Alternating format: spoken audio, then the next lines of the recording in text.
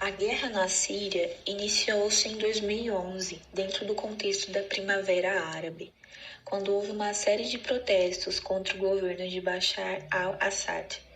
É considerada um dos grandes desastres humanitários dos últimos anos. Uma guerra civil que já deixou milhares de mortos, refugiados, devastou cidades e também envolveu outros países. A guerra na Síria foi deflagrada quando um grupo de cidadãos se indignou com as denúncias de corrupção reveladas pelo Wikileaks, que é uma empresa transnacional sem fins lucrativos que publica, em sua página, postagens de fontes anônimas, documentos, fotos e informações confidenciais, vazadas de governos ou empresas sobre assuntos sensíveis. Em março de 2011, são realizados protestos ao sul de terra em favor da democracia. A população revoltou-se contra a prisão de adolescentes que escreveram palavras revolucionárias nas paredes de uma escola. Como resposta ao protesto, o governo ordenou às forças de segurança que abrissem fogo contra os manifestantes, causando várias mortes. A população revoltou-se contra a repressão e exigiu a renúncia do presidente Bashar al-Assad. O governo sírio reprimiu duramente o movimento em seu território. Isso gerou duas consequências importantes que originaram a guerra.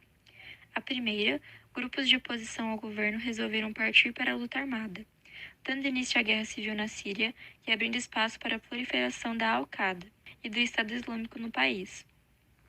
A segunda, tentando se aproveitar do caos, vários países começaram a interferir no conflito, apoiando ou atacando o governo sírio, conforme seus próprios interesses. Isso complicou a situação e fez com que a guerra se estendesse por ainda mais tempo.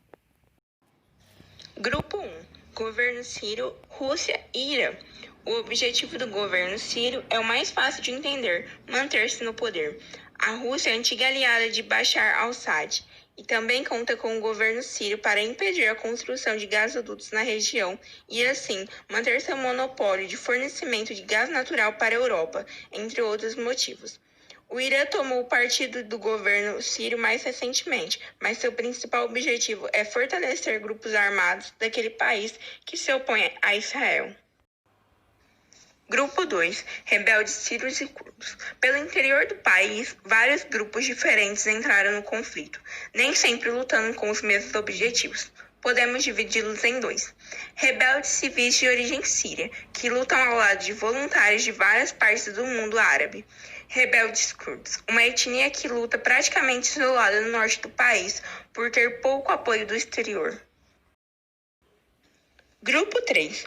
Al-Qaeda e Estado Islâmico. Radicais islâmicos que se infiltraram no conflito tentaram aproveitar o caos para dominar a região e obter recursos para continuar sua luta particular contra o Ocidente. Grupo 4. Estados Unidos e aliados.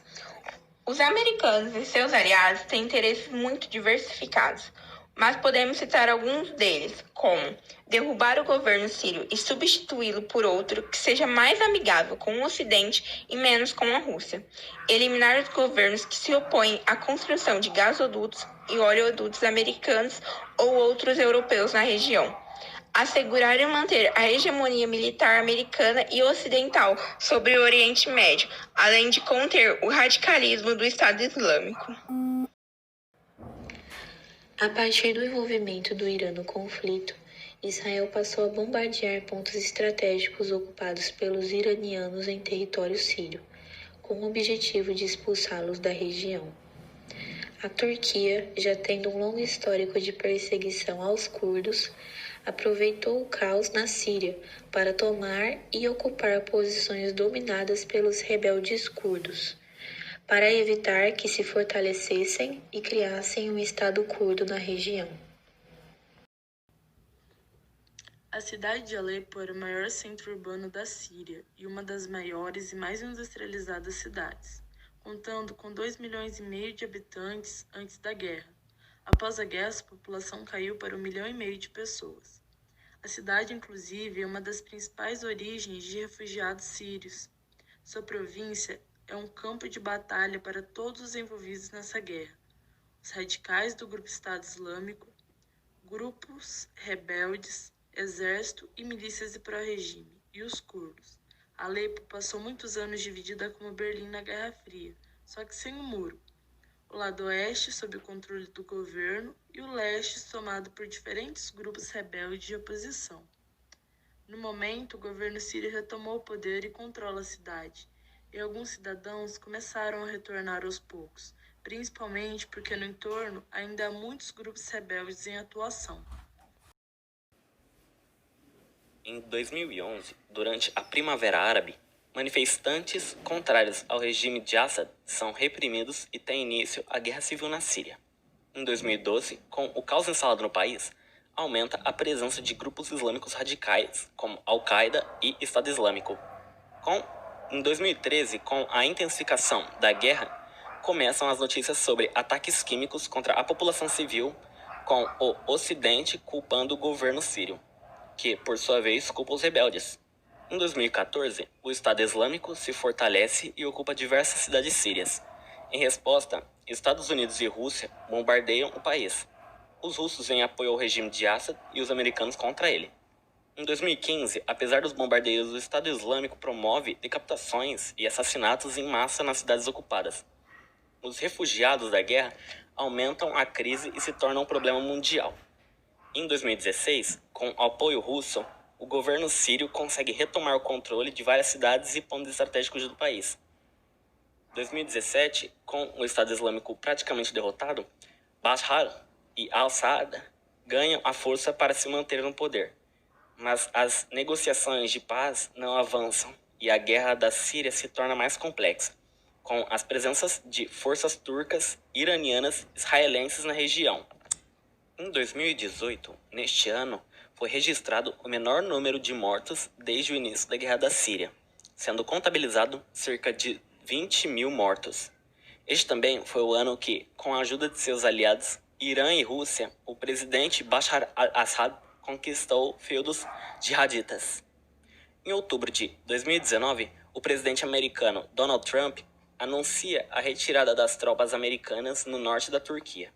Imediatamente, o presidente deste país, Recep Tayyip Erdogan, inicia ataque aos curdos, alegando que ao mesmo tentavam contra a soberania turca. As consequências da guerra civil na Síria são drásticas. Segundo o Observatório Sírio dos Direitos Humanos, estima uma quantidade de mais de 470 mil mortos, e 5 milhões de sírios se refugiaram para outros países, como no Egito, Iraque, Jordânia, Líbano e Turquia. Alguns conseguiram cruzar a fronteira com a Europa. Na América Latina, o Brasil é um dos destinos mais procurados pelos sírios para restabelecerem sua vida fugindo da guerra. Os sírios representam 36% da população refugiada com registro ativo no Brasil. Na questão do terrorismo, o Estado Islâmico é o principal grupo terrorista instalado na Síria. Sua chegada avassalou terror e destruição por onde passava, tanto de vidas como sequestrando pessoas, matando sem piedade, acabando com casas, prédios e patrimônios históricos. A cidade de Alepo é um dos grandes exemplos de perda cultural, por ser uma das cidades mais antigas do mundo e por possuir a grande mesquita Omeda, considerada um dos lugares mais sagrados do mundo, que ficou em ruínas destruída pelo terrorismo. A Grande Guerra também impulsionou ainda mais a rivalidade entre Estados Unidos e Rússia, pois Vladimir Putin, presidente russo, apoia o governo sírio desde o início da guerra, enquanto os Estados Unidos são em oposição ao governo sírio. Mas, apesar de tantas desavenças, os dois países chegaram à conclusão que a solução para esse conflito passa por Bashar al-Assad. Concluíram que é melhor combater o Estado Islâmico juntos. Segundo a Acnur, a Agência Nacional da ONU para Refugiados, somente no território sírio existem mais de 13 milhões de pessoas precisando de assistência emergencial, contendo nesse número crianças e civis, pessoas normais que só querem paz e um lugar para se abrigar e fugir desse grande tormento. A situação que a Síria se encontra não é nada boa, mas agora com a pandemia do Covid-19 se tornou ainda pior. Os casos crescem diariamente e por causa de 9 anos de guerra, as instituições de saúde não se encontram em um bom estado para tratar aqueles que estão contaminados.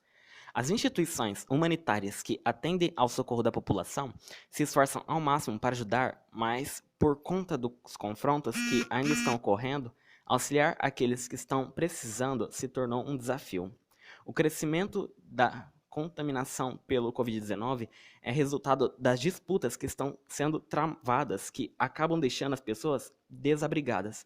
O aumento dos casos são tão grandes que vários estados e países estão fechando suas fronteiras para as pessoas não terem mais que se contaminar.